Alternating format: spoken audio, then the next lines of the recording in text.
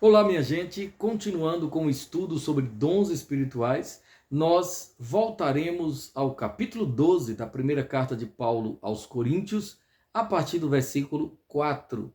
Este é o quarto vídeo da série. Por favor, ouça com atenção. Ora, há diversidade de dons, mas o Espírito é o mesmo. E há diversidade de ministérios, mas o Senhor é o mesmo. E há diversidade de operações, mas é o mesmo Deus que opera tudo em todos. Aleluia! Conforme nós vimos no primeiro vídeo, Paulo tinha a preocupação de fazer com que os crentes em Corinto compreendessem a relevância da atuação do Espírito Santo no meio da igreja através dos dons espirituais. Mas Paulo já faz uma clara distinção entre ser guiado pelo Espírito Santo ou ser influenciado, conduzido pelos espíritos enganadores. E na sequência, ele demonstra a diversidade de dons espirituais. Todos os dons são importantes, eles são diversos, nenhuma pessoa pode se considerar autossuficiente, mas a igreja, como corpo de Cristo, na condição de uma unidade no Senhor, ela tem membros interdependentes, ou seja, cada membro do corpo de Cristo depende um do outro. Todos são úteis, todos são necessários no corpo ou ao corpo. E Paulo já vai mostrando isso no início do capítulo 12 sobre dons espirituais. No versículo 5 ele diz: "E há diversidade de ministérios, mas o Senhor é o mesmo. E há diversidade de operações, mas é o mesmo Deus que opera tudo em todos." Aqui nós temos uma distinção entre ministérios e operações. No livro de Atos dos Apóstolos, por exemplo, nós temos o profeta Ágabo, que inclusive entregou revelações ao apóstolo Paulo, e temos as 4 filhas jovens de Filipe que profetizavam. Então, nós podemos considerar que Ágabo tinha um ministério de profeta à luz do Novo Testamento, não aquele profeta veterotestamentário da época da lei, mas o profeta no sentido de portador dos dons espirituais, de visões, profecias, palavra da sabedoria, palavra do conhecimento. E as 4 filhas jovens de Filipe, elas apenas profetizavam. Então, elas tinham operações do Espírito Santo na área das línguas, da interpretação de línguas, e assim, de vez em quando, elas transmitiam alguma mensagem da parte de Deus, o que era muito comum no seio da igreja primitiva, conforme observamos em Atos dos Apóstolos. Então, voltando aos versículos 5 e 6, nós temos uma diversidade de ministérios e uma diversidade de operações.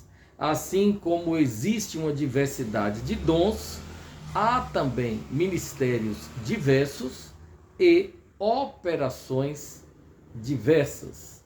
O que seriam os dons diversos? Nós já vimos que os dons são manifestações da graça de Deus através do Espírito Santo. Os dons são dados pelo Espírito de Deus para a edificação da igreja e também para que os incrédulos, através da manifestação dos dons, obtenham fé. Os dons espirituais são importantíssimos no seio da igreja, conquanto sejam utilizados com sabedoria, amor, humildade e discernimento. Os ministérios são cargos ou posições ou funções ocupados por lideranças na igreja. O apóstolo Paulo deixa isso claro aos Efésios quando ele diz: Jesus separou uns para mestres, outros para doutores e pastores e evangelistas. apóstolos. Jesus estabeleceu os ministérios. E os ministérios, como os dons, são diversos. O que dá uma ideia, como eu já falei acerca dos dons, da interdependência dos membros no corpo de Cristo. Ninguém possui todos os ministérios. Você pode ser mestre ou evangelista. Você pode ser pastor e mestre, é muito comum. Mas dificilmente você laborará como mestre, evangelista e apóstolo ao mesmo tempo. Essa diversidade existe justamente para que todas as necessidades da igreja sejam contempladas. E Deus faz isso através de personalidades diferentes, chamados diferentes, ministérios diferentes. Deus utiliza as características particulares de cada pessoa, dando a cada pessoa a vocação para ministério no singular ou ministérios no plural específicos, e desta forma a pessoa consegue servir a Deus servindo ao corpo de Cristo e cooperando com Deus através da edificação da igreja. Os ministérios são diversos e as operações são também diversas. Eu dei até o exemplo das 4 moças, filhas de Filipe, que operavam no dom de profecia, por exemplo. Ou seja, há pessoas na igreja que não têm um chamado ministerial. Elas não têm uma vocação, um chamado para serem pastores, ou evangelistas, ou doutores, apóstolos ou mestres. Elas são pessoas que colaboram, que cooperam nos diversos departamentos, nos diversos setores da igreja. E aí está a clara distinção. Infelizmente, tem gente que foi chamado para as operações do Espírito Santo em benefício da igreja e acham que possuem chamado ministerial.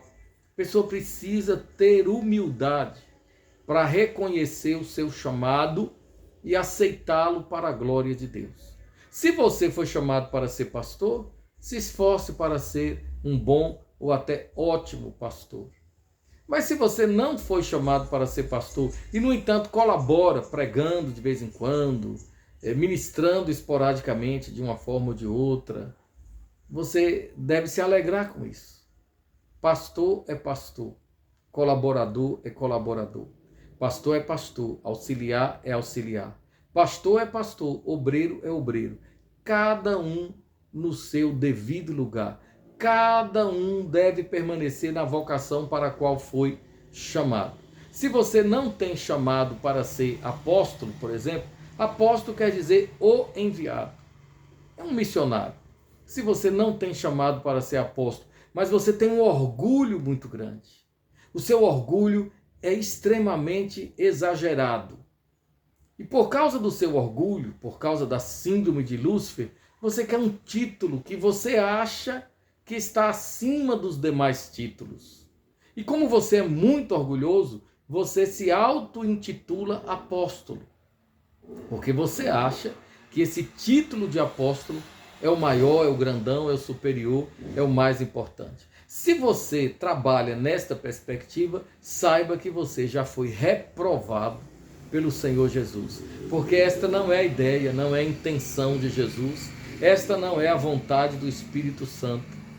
Justamente por isso o Espírito Santo na igreja trabalha com uma diversidade de dons, uma diversidade de ministérios e uma diversidade de operações. Ou seja, tem trabalho para todo mundo e cada um deve servir no posto para o qual foi designado.